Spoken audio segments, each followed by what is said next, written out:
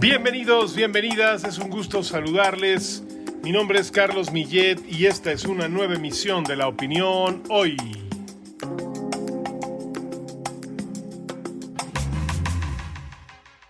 Una inesperada pero espectacular final definirá el próximo campeón del fútbol mexicano.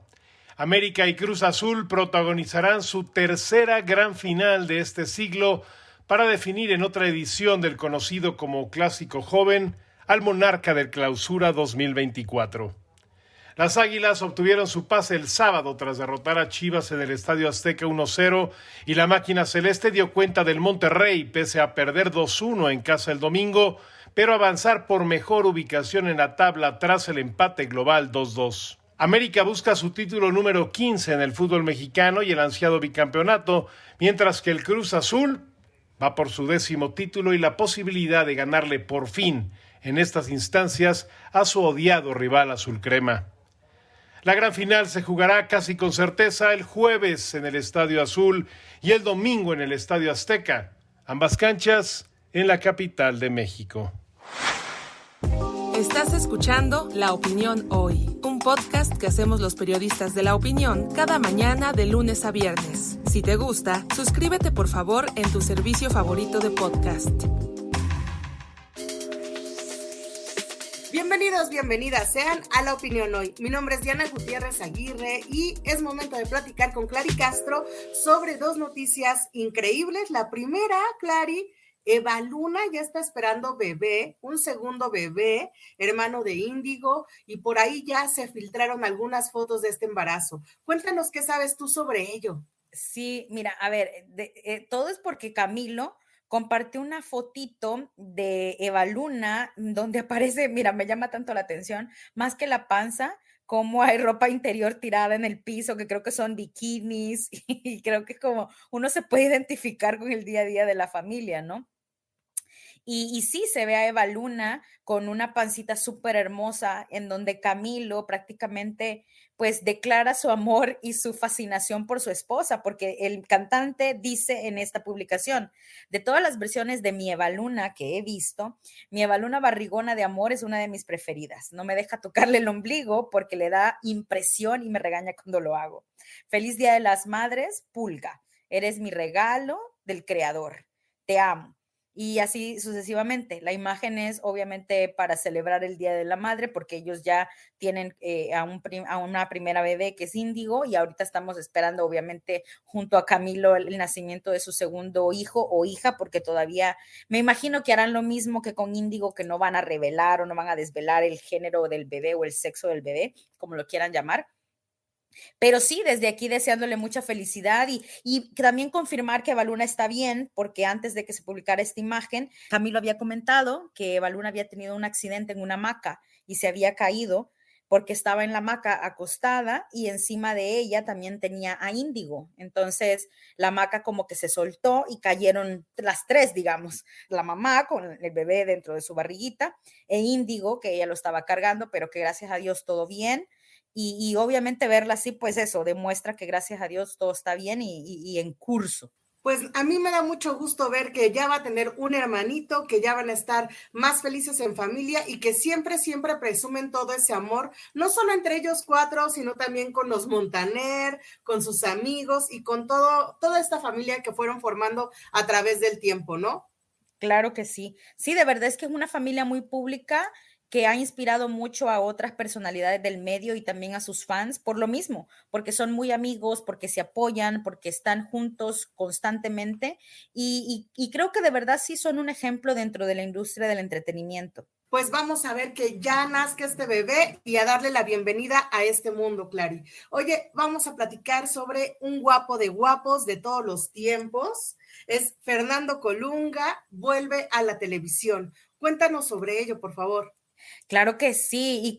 Actualmente Fernando Colunga acaba de terminar la grabación de una telenovela con Televisa, que era una telenovela que iba de mucho de misterio y ahorita vemos que su siguiente proyecto es El Conde, que no tiene nada que ver con Televisa, sino con Telemundo.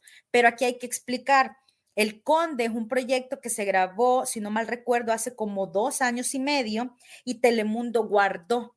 Ahora que recientemente se hizo el Upfront de Telemundo en Nueva York, se anuncia esta producción como una telenovela que se estrenará en la televisora hispana, obviamente para Estados Unidos, en el mes de junio próximamente del presente año. Entonces, esa es la historia que vamos a ver, en donde veremos a Fernando Colunga estelarizando junto a Ana Brenda Contreras.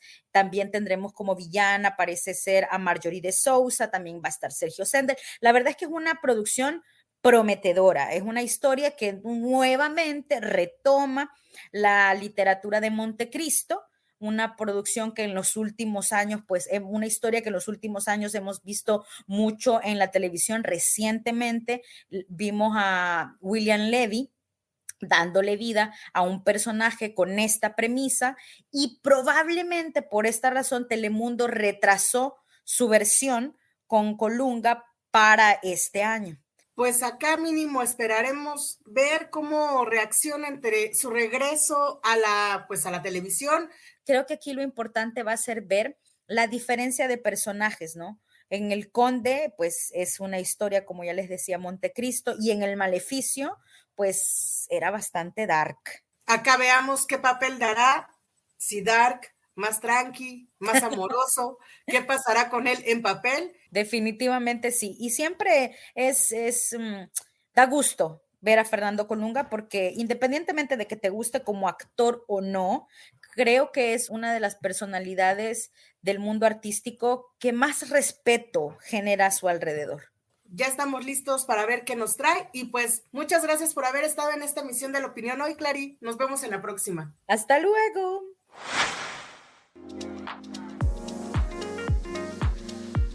Hola, ¿qué tal? Mi nombre es Brenda García y es un gusto saludarles en este Pulgar Arriba.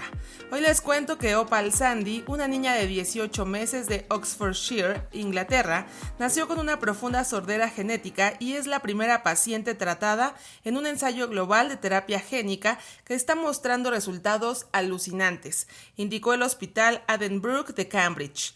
Opal es la niña más joven en recibir esta nueva terapia genética que ya está dando resultados prácticos, según ha declarado el hospital. Ahora ella puede responder a las voces de sus padres y puede comunicar palabras como papá y adiós. Cuando Opal pudo oírnos aplaudir por primera vez sin ayuda fue alucinante, afirmó su madre, Jo Sandy. Nos alegramos mucho cuando el equipo clínico confirmó a las 24 semanas que su audición también estaba captando sonidos y habla más suaves. Opal, al igual que su hermana mayor, nació sorda debido a una rara condición genética conocida como neuropatía auditiva, causada por la interrupción de los impulsos nerviosos que viajan desde el oído interno al cerebro. Sin embargo, 4 semanas después de recibir la infusión de terapia genética en su oído derecho, Opal respondió al sonido. Ahora, 24 semanas después del tratamiento, los médicos han podido confirmar niveles de audición cercanos a los normales para sonidos suaves, incluso susurros en el oído tratado. Manohar Vance, investigador jefe del ensayo y cirujano de oído de la Fundación NHS de los hospitales de la Universidad de Cambridge, dijo que los resultados fueron espectaculares y mejores de lo que esperaban. Es de esperar que este sea el comienzo de una nueva era para las terapias genéticas para el oído interno y muchos tipos de pérdida auditiva, por lo que el Dr. Vance y su equipo de investigadores se han ganado un pulgar arriba. Eso fue todo por hoy. Mi nombre es Diana Gutiérrez Aguirre y esto fue La Opinión Hoy. Muchas gracias por habernos escuchado y acompañado en este día, y recuerden darnos like, compartirnos, comentarnos y seguirnos la pista. Hasta la próxima. Este podcast es una producción de La Opinión, presentada por Diana Gutiérrez, Carlos Millet y Enrique Hernández. Diseño sonoro de Brenda García. Rafael Cores es el productor ejecutivo.